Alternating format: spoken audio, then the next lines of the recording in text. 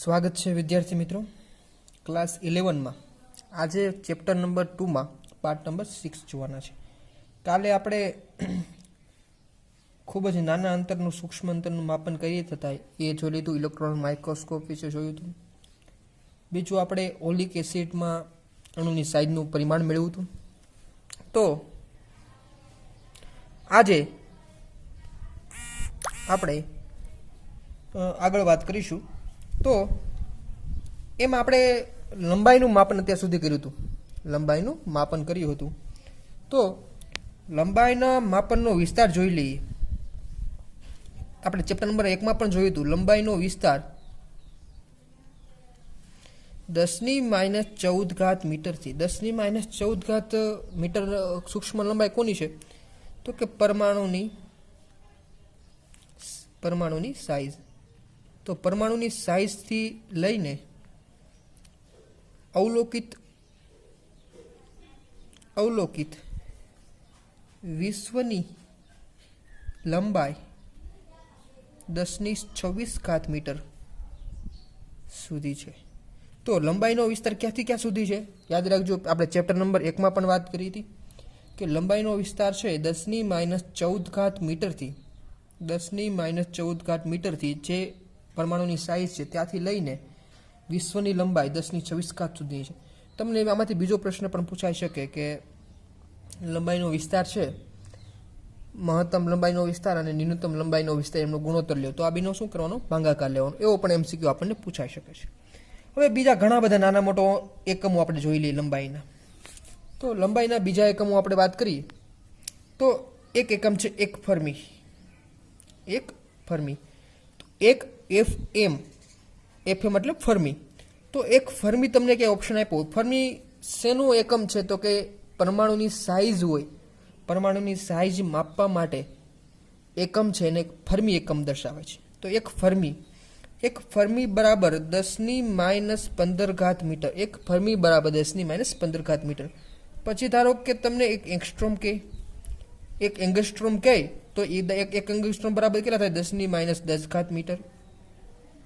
પછી એક નેનોમીટર હોય NM, એક નેનોમીટર એટલે 10⁻9 મીટર। પછી આવી રીતે એક માઇક્રોમીટર હોય તો એક માઇક્રોમીટર હોય તો 10⁻6 મીટર। એવી જ રીતે એક મિલીમીટર હોય તો 10⁻3 મીટર। એક કિલોમીટર હોય તો 10⁻3 મીટર। એક મેગામીટર હોય તો 10⁻6 મીટર। તો આ બધા એકમો આપણે જાણીતા છે, ઘણી વખત દાખલામાં, સ્વાધ્યાયના દાખલામાં બધી જગ્યાનો ઉપયોગ કરીશું, તો યાદ રાખજો। એક એંગસ્ટ્રોમ એટલે 10⁻10, એક ફર્મી એટલે 10⁻15 મીટર, માઇક્રોમીટર એટલે 10⁻6, પછી મિલીમીટર એટલે 10⁻3 મીટર, એક મેગામીટર એટલે 10⁻6 મીટર। તો પછી એક પાઇકોમીટર હોય તો 10⁻12 મીટર। તો આ બધા એકમો આપણે યાદ રાખવાના છે। એવી જ રીતે લંબાઈ માટે બીજા પણ એકમો ઘણા છે, એ પણ આજે આપણે જોઈ લઈએ। તો એક એકમ છે આપણી પાસે astronomical unit.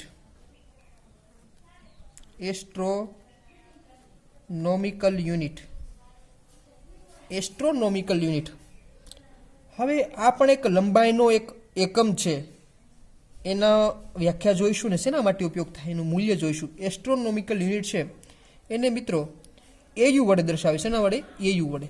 Astronomical unit AU। તો એની વ્યાખ્યા જોઈએ કે એક એસ્ટ્રોનોમિકલ યુનિટ કોને કહેવાય? તો કે સૂર્ય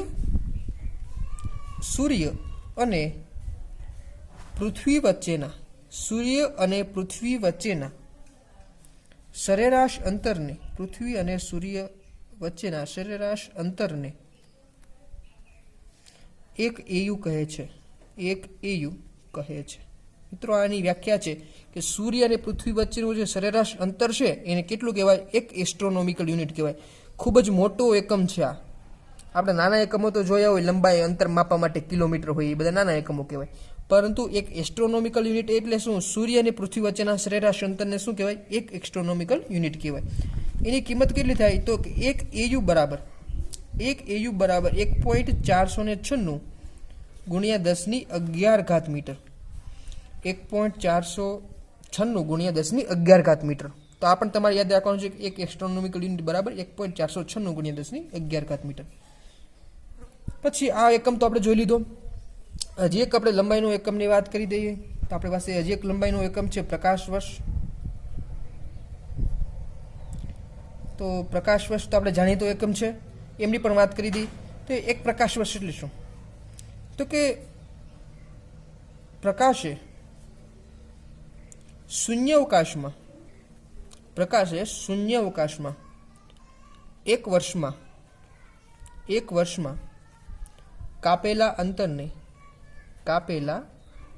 અંતરને એક પ્રકાશ વર્ષની ઇંગ્લિશમાં શું કહેવાય? Light year. તો એનું કહેવાય 1 LY, લાઇટ યર કહે છે. તો આપણે જે દ્રશ્યમાન પ્રકાશ જોઈએ છે એ પ્રકાશ આપણને થોડીક તો ખ્યાલ છે કે સૂર્યથી પૃથ્વી સુધી સૂર્યપ્રકાશને પહોંચતા કેટલો સમય લાગે? તો કે 8 મિનિટ જેટલો સમય અંદાજે લાગે છે. તો 8 મિનિટમાં કેટલું અંતર ટ્રાવેલ કરે છે? અને આ જ પ્રકાશ 1 વર્ષ સુધી જેટલું અંતર કાપે, 8 મિનિટમાં એટલું અંતર કાપે છે, પણ 1 વર્ષમાં જેટલું અંતર કાપે એ અંતરને શું કહેવાય? 1 લાઇટ યર કહેવાય. શું કહેવાય? 1 લાઇટ યર. તો આપણે ગણી લઈએ. આપણે શું કરવું છે? એકમની આપણે કિંમત હોય એ આપણે ગણી લઈએ. તો 1 વર્ષમાં કાપેલ અંતર, પ્રકાશે 1 વર્ષમાં કાપેલ અંતર. હવે 1 વર્ષમાં કાપેલ અંતર બરાબર શું થાય? વેગ ગુણ્યા સમય.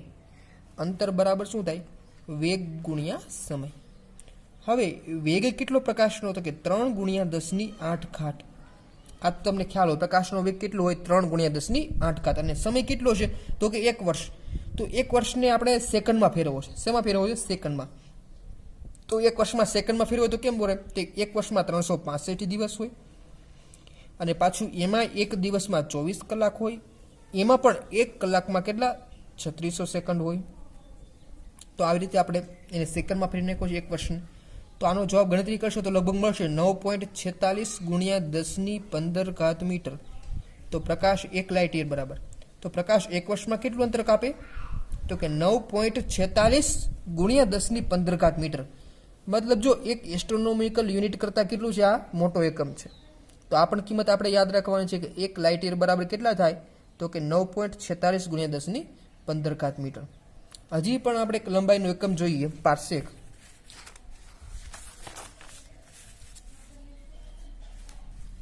તો લંબાઈનો બીજો એકમ છે પાર્સેક. પાર્સેકને ટૂંકમાં PC વડે દર્શાવે છે. એના વડે? PC વડે, પાર્સેક. ઓકે.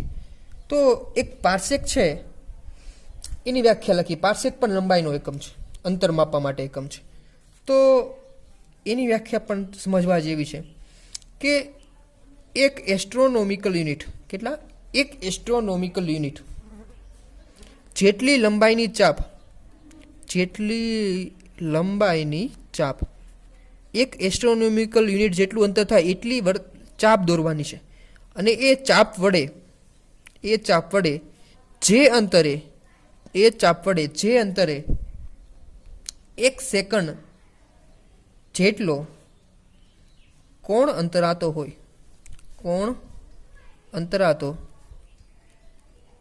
હોય તે અંતરને એક પાર્સેક કહેવાય છે.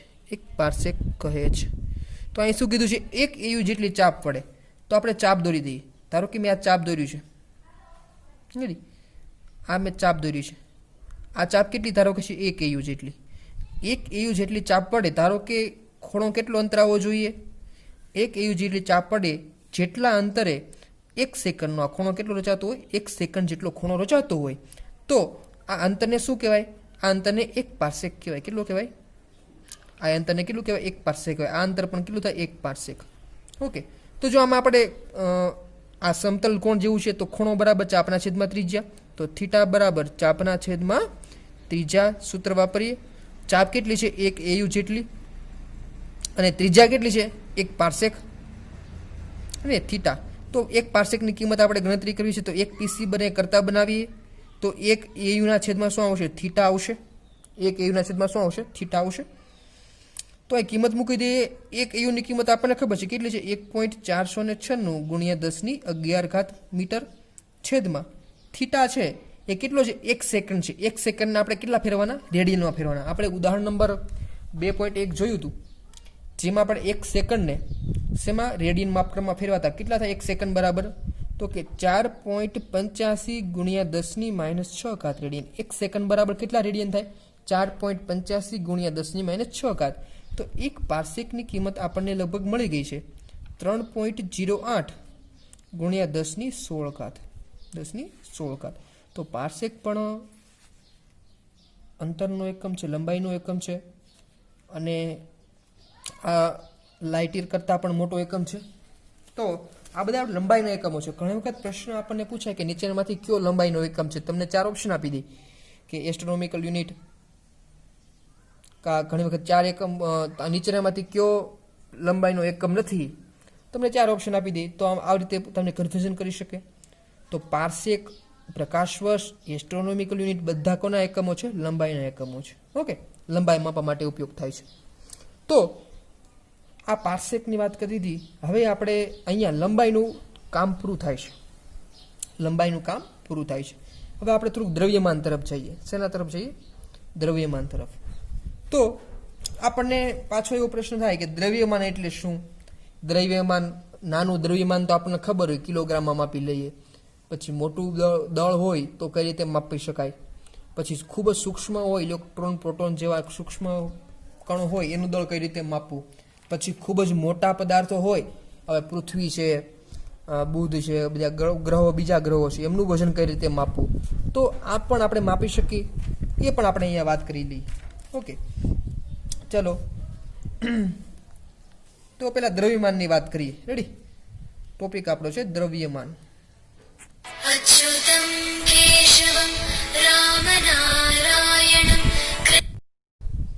તો દ્રવ્યમાન વિશે વાત કરવાની છે.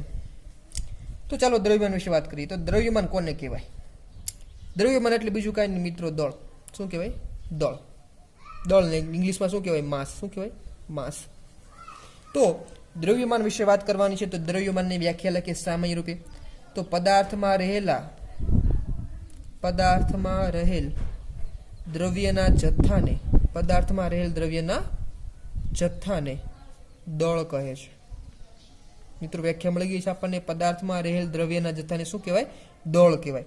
ઓકે, બીજું કે દળ છે એ એવું છે કે દળ છે એ પદાર્થનો આંતરિક ગુણધર્મ છે. જે દ્રવ્યમાન છે એ પદાર્થનો આંતરિક ગુણધર્મ છે. ઓકે, અને બીજું એનો એસઆઈ એકમ કયો? દળનો એસઆઈ એકમ. દળનો એસઆઈ એકમ તો આપણને ખ્યાલ છે. દળનો એસઆઈ એકમ કેટલો થાય?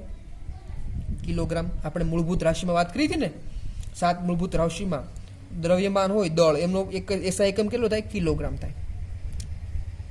પછી બીજું શું આપણને આપી દીધું છે?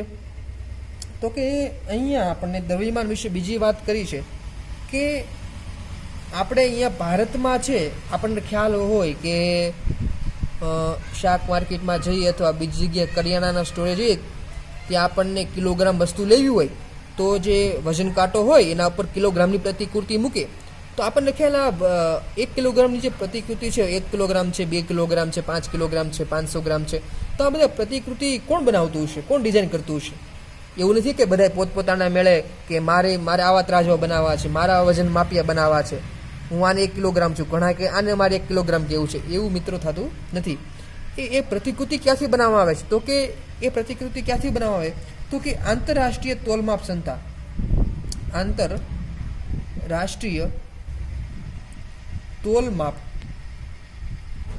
સંસ્થા, આંતરરાષ્ટ્રીય તોલમાપ સંસ્થા, એને ઇંગ્લિશ નામ છે BIPM, દ્વારા જે કિલોગ્રામની પ્રતિકૃતિ છે, કિલોગ્રામની પ્રતિકૃતિ એ દરેક દેશની પ્રયોગશાળામાં આપવામાં આવેલ છે.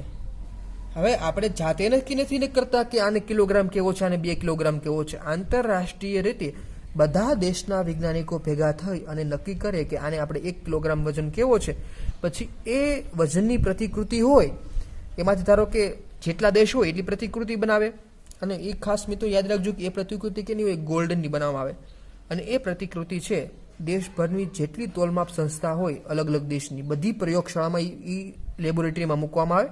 અને જ્યારે પણ વજન માપિયા બનાવવા હોય, જ્યારે ધારો કે કોઈ કંપની છે જે વજન માપિયા બનાવે છે, તો એ કંપનીએ બનાવતા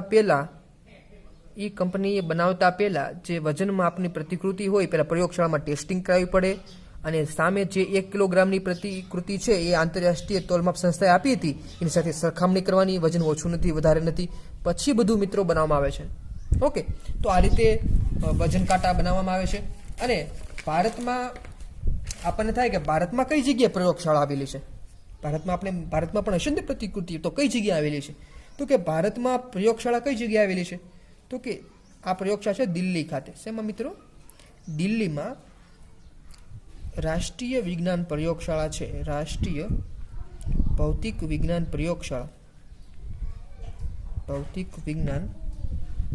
પ્રયોગશાળા, નેશનલ ફિઝિક્સ લેબોરેટરી NPL, આંતરરાષ્ટ્રીય ભૌતિક વિજ્ઞાન પ્રયોગશાળા NPL, એમાં આ કિલોગ્રામની પ્રતિકૃતિ રાખવામાં આવેલ છે. અને એક પ્રશ્ન એવો થાય કે આ NPL સંસ્થા છે ને મિત્રો, એ અમદાવાદમાં પણ આવેલી છે. NPL રાષ્ટ્રીય ભૌતિક વિજ્ઞાન પ્રયોગશાળા, તો એમાં આ પ્રતિકૃતિ રાખવામાં આવેલ છે. ચલો, એટલે આપણને માહિતી મળી ગઈ છે. હવે થોડુંક આપણે દ્રવ્યમાન વિશે આગળ તરફ જઈએ.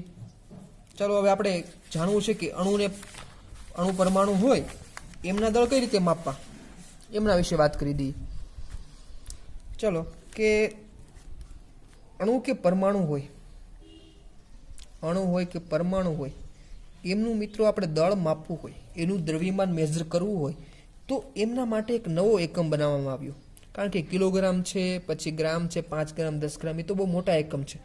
અણુ અને પરમાણુ વજન તો ખૂબ જ સૂક્ષ્મ હોય, તો એમના માટે એક નવો એકમ બનાવવામાં આવ્યો. એકમનું નામ શું આપ્યું આપણે? યુનિફાઈડ એટોમિક માસ. તો યુનિફાઈડ એટોમિક માસ છે એ અણુને પરમાણુનું વજન કરવા માટે બનાવવામાં આવ્યો એકમ, જેમને યુ વડે દર્શાવાય. તો આ એટોમિક માસ યુનિટ છે એની વ્યાખ્યા શું થાય, એને કઈ આપણે કેમ નક્કી કરવું? તો એમની વ્યાખ્યા છે તો કે ઇલેક્ટ્રોન સહિત કાર્બન સમસ્થાનિક, ઇલેક્ટ્રોન કાર્બન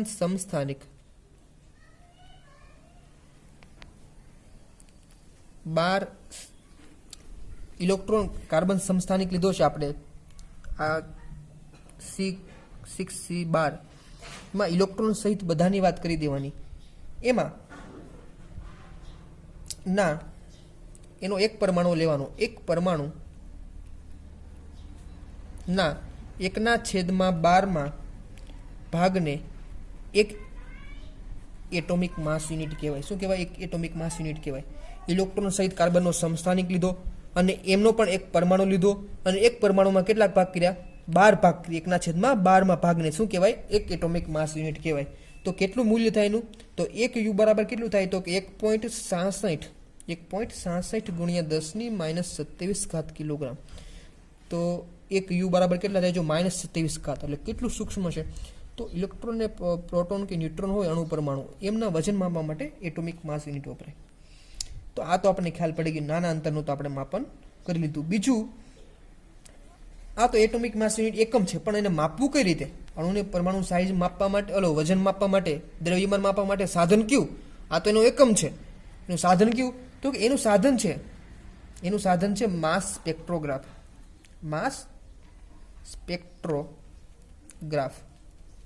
તો માસ સ્પેક્ટ્રોગ્રાફ નામનું સાધન છે એ અણુને પરમાણુનું વજન માપવા માટે ઉપયોગ થાય છે.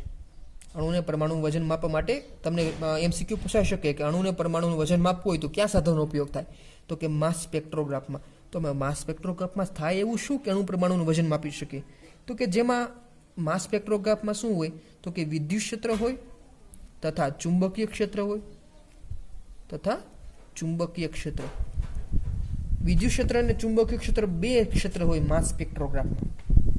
અને એમાં શું કરવામાં આવે, આ બંને ક્ષેત્રમાં વીજભારિત શું કરે, વીજભારિત કણને ગતિ કરાવવામાં આવે. શું આવે, ગતિ કરાવવામાં આવે. અને વિદ્યુત ક્ષેત્ર અને ચુંબકીય ક્ષેત્રમાં જ્યારે વીજભારિત કણ હોય, ધારો કે કોઈ અણુ, ઇલેક્ટ્રોન, પ્રોટોન એમને ગતિ કરાવીએ ત્યારે શું થાય, ઇલેક્ટ્રોન પોતાનો રસ્તો બદલે. અને રસ્તો બદલીને શું કરે, તો કે એની ગતિ માર્ગની જે ત્રિજ્યા મળે આપણને, એનો ગતિ માર્ગની જે ત્રિજ્યા મળે, એ ત્રિજ્યા ઉપરથી, ત્રિજ્યા કોના સમપ્રમાણમાં હોય, ત્રિજ્યા તેમના દળના સમપ્રમાણમાં હોય. એક્ઝામ્પલ તમને આપું કઈ રીતનું હોય. ધારો કે મારી પાસે જુઓ, અહીંયા મારી પાસે N છે અને S છે, આ ચુંબક છે. ઓકે, અને વિદ્યુત ક્ષેત્ર ધારો કે ઉપરથી નીચે તરફ છે. આ વિદ્યુત ક્ષેત્ર છે ઉપરથી નીચે તરફ. ઇલેક્ટ્રોન છે, ઇલેક્ટ્રોનને મારે આ વચ્ચેથી ગતિ કરાવો છે, માધ્યમમાંથી. ઇલેક્ટ્રોન ધારો કે ગતિ કરે છે, પરંતુ તમને ખ્યાલ છે કે વિદ્યુત ક્ષેત્ર ઉપરથી નીચે તરફ છે. અને વિદ્યુત ક્ષેત્ર કેમ ઉત્પન્ન થાય, એક પોઝિટિવ ચાર્જ હોય અને એક નેગેટિવ ચાર્જ હોય, ધનથી ઋણ તરફ વિદ્યુત ક્ષેત્ર હોય છે. હવે ઇલેક્ટ્રોન છે એ ગતિ કરે ત્યારે મિત્રો આપણને ખ્યાલ છે કે ઇલેક્ટ્રોનનો વિદ્યુતભાર કેટલો છે, ઋણ છે. અહીંયા કેવો ધન વિદ્યુતભાર છે, તો ઇલેક્ટ્રોન છે આ તરફ ગતિ કરશે. તો આ ગતિ માર્ગની જે ત્રિજ્યા મળી, ઇલેક્ટ્રોન જવો ક્યાં જોઈએ, આ બાજુ જવો જોઈએ, પણ આ જે વળાંક લીધો જેની ત્રિજ્યા મળે, એ ત્રિજ્યા છે ગતિ માર્ગની ત્રિજ્યા એ તેમના દળના સમપ્રમાણમાં હોય. આ રીતે જેટલો ઇલેક્ટ્રોન બેન્ડ થાય એ પ્રમાણે એ મશીન હોય માસ સ્પેક્ટ્રોગ્રાફ, એમાં એનું દળ મેજર થાય. ખરેખર મિત્રો આવું આપણે ખાલી સમજવા માટે છે. બાકી માસ સ્પેક્ટ્રોગ્રાફ સાધન એવું હોય કે તમારે કોઈ પણનું સૂક્ષ્મ દળ માપવું છે તો એ પદાર્થ અથવા અણુ પરમાણુ હોય એ પદાર્થ તમારે અહીંયા મૂકી દેવાનો, અને ઓટોમેટિકલી માસ સ્પેક્ટ્રોગ્રાફમાં કમ્પ્યુટર દ્વારા આપણને ડાયરેક્ટ વજન દળની એક સીટ નીકળી જાય. એમાં આપણે બીજું કંઈ કરવાનું રહેતું નથી. અને આ માસ સ્પેક્ટ્રોગ્રાફ સાધન છે મિત્રો, એ વિદ્યાનગરમાં લેબોરેટરી છે એમાં પણ છે, અને MS યુનિવર્સિટીમાં પણ આ માસ સ્પેક્ટ્રોગ્રાફ નામનું સાધન છે. ચલો આપણે નાના માપન કરી લીધું. નાનો અણુ કે પરમાણુ હોય એમને માપવા માટે એક એટોમિક માસ યુનિટ વપરાય, એકમ છે એનો, એની વ્યાખ્યા પણ લખી દીધી. એક EU બરાબર કેટલા થાય, 1.66 × 10⁻27. અને મેજર કરવા માટે કયું સાધન વપરાય, તો કે માસ સ્પેક્ટ્રોગ્રાફ. એમાં શું થાય, તો કે વિદ્યુત ચુંબકીય ક્ષેત્રમાં આપણે વિદ્યુત ભારિત કણને દાખલ કરવાનો, અને જેટલી ત્રિજ્યા બેન્ડ થાય એ કોના સમપ્રમાણ હોય, દળના સમપ્રમાણમાં હોય, એટલે આપણને એનું દળ મળી જાય. એટલી વાત કરી દીધી. હવે ધારો કે મોટા અંતરનું માપન હોય તો શું કરશું, મોટા અંતરના માપન માટે શું કરશું આપણે, તો કે એની પણ વાત કરી દઈએ આપણે. ધારો કે મોટા પદાર્થનું માપન છે, મોટા પદાર્થોના માપન કરવું છે દળનું, તો એના માટે મિત્રો ગુરુત્વાકર્ષણ બળનો નિયમ ઉપયોગ થાય. કોનો, તો મોટા પદાર્થોના માપન માટે ગુરુત્વાકર્ષણ બળનો નિયમ વપરાય છે. ગુરુત્વાકર્ષણ બળનો નિયમ, ન્યૂટને જે નિયમ આપ્યો છે ગુરુત્વાકર્ષણ બળનો, એ નિયમ વપરાય છે. એ નિયમ શું કહે છે, તો કે એ બે પદાર્થો વચ્ચે લાગતું બળ F બરાબર G m1m2/r². આમાંથી આપણે ધારો કે આ m2 છે, ધારો કે આપણે લઈએ પૃથ્વીનું દળ છે, m2 શું છે, પૃથ્વીનું દળ છે, અને આપણે પદાર્થનું દળ ગોતવું છે. તો m સ્મોલ એમને કરતા બનાવીએ તો r² સામે જાય, Fr²/ G નીચે આવશે, m નીચે આવશે. અહીંયા લખી દઉં છું, m શું છે, પૃથ્વીનું દળ છે. તો કોઈ પણ મોટા પદાર્થનું માપન કરવું હોય, મોટા દળનું માપન કરવું હોય તો ગુરુત્વાકર્ષણ બળના નિયમની મદદથી કરી શકાય. ધારો કે આપણે મંગળનું માપન કરવું છે, મંગળ ગ્રહનું વજન કેટલું છે માપવું છે, ચંદ્રનું વજન કેટલું છે માપવું હોય, તો આ સૂત્રની મદદથી મળી જાય. અને કઈ રીતે મપાય એ પણ આપણે 8મું ચેપ્ટર જે છે ગુરુત્વાકર્ષણ બળ, એમાં જોઈશું કે મંગળનું ગુરુનું વજન કઈ રીતે માપવું. ઓકે, તો પણ આનાથી મપાય એ ખ્યાલ રાખજો. ગુરુત્વાકર્ષણ બળના નિયમ મદદથી માપી શકાય. બીજું, દ્રવ્યમાનનો વિસ્તાર આપણે પેલા ચેપ્ટરમાં પણ જોયો હતો, અહીંયા પણ જોઈ લઈએ. દ્રવ્યમાનનો વિસ્તાર ક્યાંથી હોય, તો કે 10⁻30 કિલોગ્રામથી 10⁻30 કિલોગ્રામથી 10⁻55 કિલોગ્રામ સુધી દળનો વિસ્તાર હોય. 10⁻30 કિલોગ્રામ કોનું દળ હોય, તો કે ઇલેક્ટ્રોનનું દળ હોય. ત્યાંથી લઈને 10⁻55 અવલોકિત વિશ્વનું દળ, એટલો વિસ્તાર છે ફિઝિક્સમાં અભ્યાસ કરવામાં આવે છે. ઓકે, તો અહીંયા દળનો ટોપિક પૂરો થાય છે. Okay, thank you very much.